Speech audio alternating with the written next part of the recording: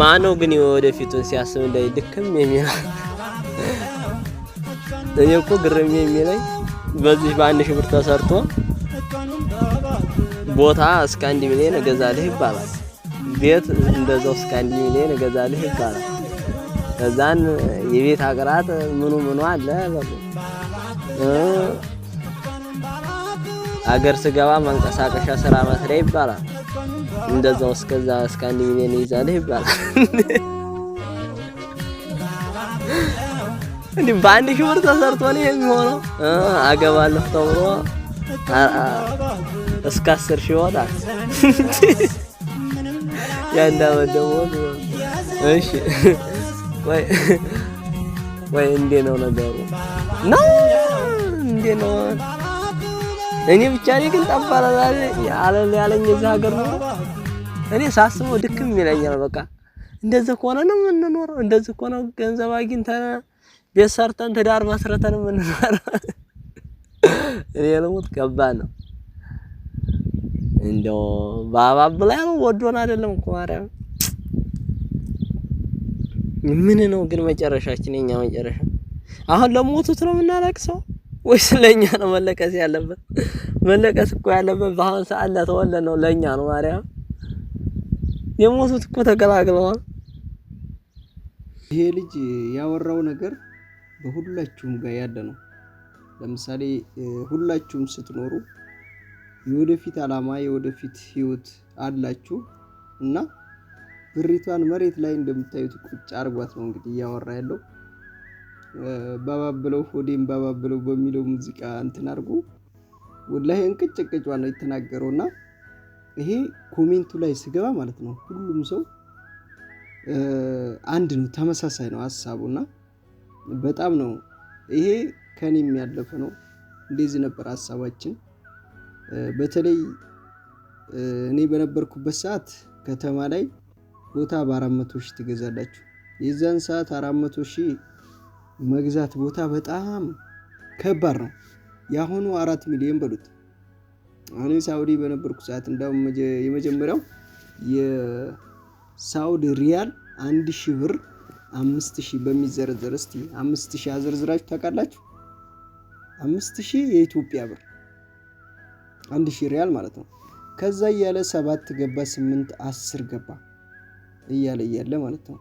ከዛ 20 ሲገባ ነው እኔ የተያዝኩት። ኢትዮጵያ ማን ነው 1000 ሪያል 20000 ሲዘረዘር። ከዛ እስር ቤት እያለው ደግሞ እየሄደ 30 ገባ እና በጣም ያጅባል ማለት ነው። አሁን ያው 50 ሊገባ ነው ምንዛሬው ሁላችንም እናውቀዋለን። ስለዚህ አሁን ቦታ ስንት ነው ከተማ ላይ ህጋዊ ቦታ? እንግዲህ የሰው ልጅ ከሀገር የሚወጣው ኑሯችሁን አሸንፋችሁ ትዳር ይዛችሁ ቤታችሁን ልትሰሩ ሰርታችሁ ካበቃችሁ በኋላ መጀመሪያ ቦታ ነው። ቦታ ከተገዛ በኋላ ደግሞ ይሰራበታል። ተሰርቶ ከዛ በኋላ የቤት ዕቃ ይገባበታል። ያለ ቤት ዕቃ አይሆንም። ቤት ቀፉ ባዶውን እኮ ምንም አያደርግም ቤት ዕቃ ሳይገባበት። ያን ነገር አድርጋችሁ ስታበቁ እንግዲህ ተመልከቱ። በዚች በብር ተሰርታ እንዴት ነው ያ ነገር የሚደረገው የሚለውን ሐሳብ ነውና ወላሂ ከባድ ነው። ምክንያቱም አሁን ገጠር ላይ ተብሎ ህጋዊ ከሆነ 1 ሚሊዮን በታች ቦታ የለም። የምሬ ነው የምላችሁ፣ 1 ሚሊዮን በታች ቦታ የለም። ወደ ትላልቅ ከተማ ስትመጡ ቦታ ያው ምን እነግራችኋለሁ ትሰማላችሁ። 10 ሚሊዮን የሚባል አለ፣ 5 ሚሊዮን፣ 2 ሚሊዮን፣ 4 ሚሊዮን። ያ ነገር የምናውቀው በምንድን ነው? በጆሮአችን ነው። ብሩ ከየት መጥቶ እንዴ?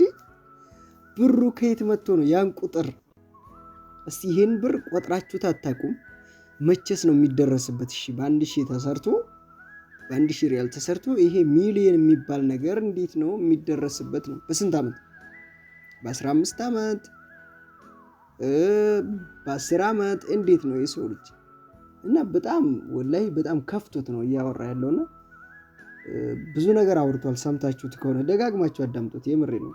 እኛ ከሞቱት ብንቆጠር ይሻላል እስከ ማለት ደረጃ ነው የደረሰው እና በቃ ትክክለኛ ነገር ነው ያወራው። ያን ነገር እዛ ለመድረስ ያው ትዕግስት ያስፈልጋል። አላህ በረካውን ይጨምርላችኋል። አላህ ችሎታችሁን ይሰጣችኋል። ግን ገና አንድ ብሎ ለሚጀምር ሰው የሚገድፈው ሰው የሌለው ሰው ከባድ ነው። የሚገድፈው ሰው ስላችሁ ሰው ልጅ ቦታ እንኳን የሚገድፈው ሰው የሆነ ነገር ላይ ሰው ካልገደፋችሁ ቤተሰባችሁ አቅም ከሌላችሁ እኔ እንጃ እድሜ መጨረስ ነው በቃ ወላሂ ነው የምላችሁ። ምክንያቱም አሁን የምታዩት የሀብታም ልጅ 10 ሚሊዮን ምናምን እያለ የሚቆጥረው ድሮም ቤተሰብ አለው ተቀማጥሎ ያደገ ነው እንጂ እኛ ከገጠር መተን ለማደግ ከተማ ገብተን ቤት ሰርተን ለመኖር በጣም ከባድ ነው።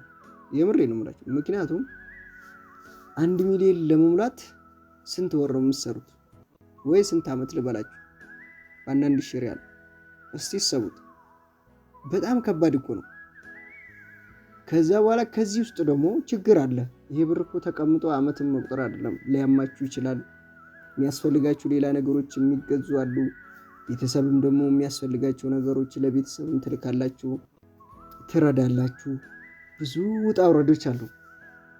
ያ ሁሉ ነገር ሆኖ ይሄ ተጠራቅሞ ቦታ ይገዛል።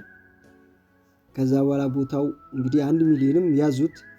ቤቱን ለመስራት ደግሞ በቀላሉ ቀለል አድርጋችሁ ለመስራት 2 ሚሊዮን ሊጨርስ ይችላል ቤቱ። 3 ሚሊዮን አላችሁት። የቤት ዕቃ ላይ ስታልፉ ቀላል ነው የምነግራችሁ፣ ግምታዊ ማለት ነው። የቤት ዕቃ አሁን ለምሳሌ ብዙ ልጆች እኔ ጋር ሲመጡ ከኤሌክትሮኒክስ ይጀምራል። ለምሳሌ ቲቪ፣ ፍሪጅ ይጀምራል። የቤት ዕቃ ከሳህኖች፣ ከትሪዎች፣ ከጭልፋዎች ጀምራችሁ ከአልጋ፣ ከቁምሳጥን፣ ከአረቢያ መጅሊስ ብላችሁ ብታስደምሩ በቀላሉ 500-600 ሺህ ይሆናል። በቀላሉ ቀለል ትናንሽ ዕቃ ምናምን አድርጋችሁ ቀለል አድርጋችሁ 500-600 ነው አንድ ሰው የሚጠልበው። ያ ደግሞ በስንት ዓመት በስንት ወር ነው የሚመጣው? የቤት ዕቃው ለራሱ ወድ ላይ በጣም ይከብዳል። ብቻ ኑሮ ዝም ብሎ ይጨምራል። ቤቱ ላይም ይጨምራል፣ ቦታው ላይ ይጨምራል፣ ዕቃውም ይጨምራል። እማንጨምረው ማንን? እኛ ነን። መጨመር የለም። እንግዲህ የሳውዲ ደሞዝ በጣም አሪፍ ነበር ድሮ ታውቃላችሁ። ሰው 2000 ሴት እንዳውም 2000 ሰራ ነበር። 1500 ጭራሽ አይሄዱም ነበር ስራ። ሁላችንም እንታወቃለን። 2000 እስከ 3000 የሚሰሩ አሉ። አሁን ወንድሳ እኔ ራሱ እስከ 2000 እስከ 1500 ሰራ ነበር። አሁን ወንድ እኮ 900 800 1000 ብር እኮ የሚሰራ ልጅ በጣም ደሞዝ አለው ተብሎ ነው 1000 ሪያል የሚሰራ ልጅ።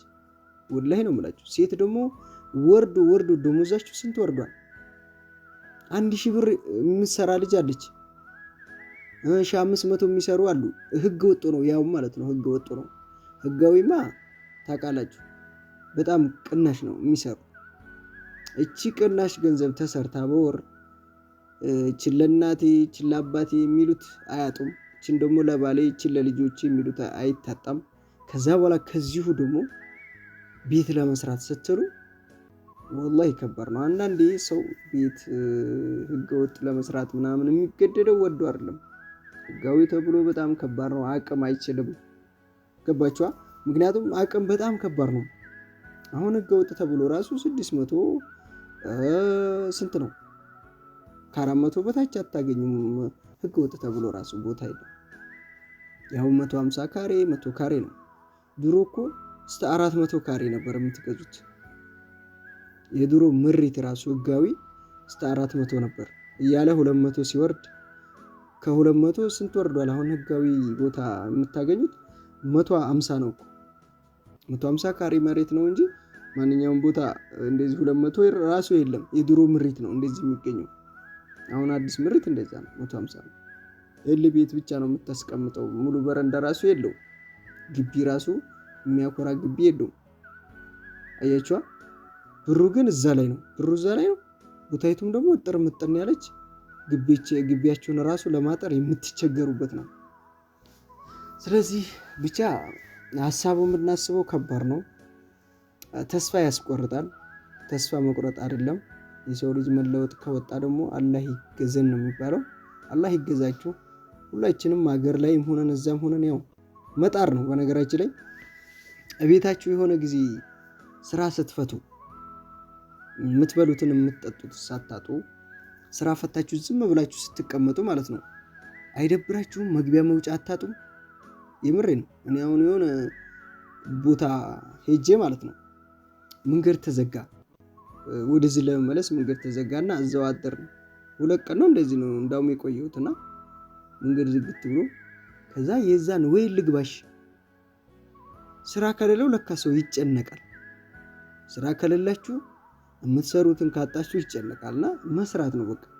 ያው ሲፈጥራን ልፉ ብሎ ነው ይሄን አገኛለሁ ይሄን አሟላለሁ እያል እድሜ ልካችንን ያው እንደለፋን ነው። ሀብታሙም ይለፋል፣ ድሃውም ይለፋል፣ ሁሉም ሰው ለፍቶ ነው። ያው ለልፋት ነው የተፈጠርነው፣ ለማሰብና ለመስራት ነው የተፈጠርነው። እንደዛ ብላችሁ ነው ማለፍ ያለባችሁ። ይሄንን ካሰላሰል ነው እንጎዳለን። ምክንያቱም ቁጭ ብሎ የሚበላ ሰው የለም። የሞተ ሰው ነው ቁጭ ብሎ አርፎ ቀብሮ የሚተኛው እንጂ በህይወት እያላችሁ ሁላችሁም መልፋት የማይቀር ነው። ህይወት ይቀጥላል። እናንተ አላህ ይሄን ያህል ዓመት ትኖራላችሁ ብሎ የፈቀደላችሁን ሁላችሁም ትኖራላችሁ። የዛን ሰዓት ግን አገርም ስትመጡ ትለፋላችሁ፣ እዛም ሆናችሁ ትለፋላችሁ። በቃ ለመልፋት ነው የተፈጠር ነው። አይምሯችን ለማሰብ ለመስራት በቃ ስራ አይቆምም። የሰው ልጅ ይቀጥላል። ስራ የሚቆመው እናንተ ይሄን አሳካለሁ ብላችሁ የምትቆሙት ያው አላህ ሲያቆማችሁ ብቻ ነው። ሞት የሚባል ሲመጣ ይቀጥላል። ህይወት መስራት ነው እንግዲህ። ግን እድሜያችሁ ሳያልቅ መውለድ በቃ የሆነ ነገር ማሳለፍ፣ መሆን ያለበትን ነገር በሰዓቱ ማድረግ ብቻ ነው። ከዛ በኋላ ይሄን ሁላ መሰርተን እንዴት ነው የምንሆነው ብላችሁ ራሳችሁን አታጨናንቁ ነው የኔ ምክር ማለት ነው።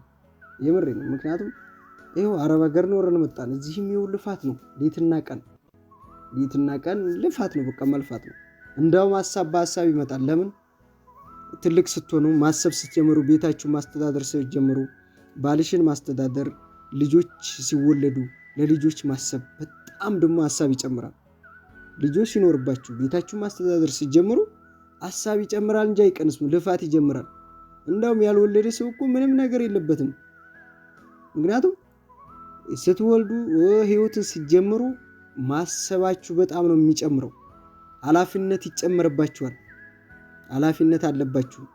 የመኖር ኃላፊነት፣ የልጆች ኃላፊነት፣ የማስተዳደር ኃላፊነት፣ ብዙ ነገር ሲጨመርባችሁ ወላሂ ከባድ ነውና ስለዚህ አላህ ሁላችንንም ቻይ ያርገን። ከምንሰራው ላይ ደግሞ በረካ እያደረገ የምንሰድቅ የምንሰጥ ያድርገን፣ ያብዛልን ለማለት ነው። ከተመቻችሁ ላይክ አድርጉት። ይመቻችሁ።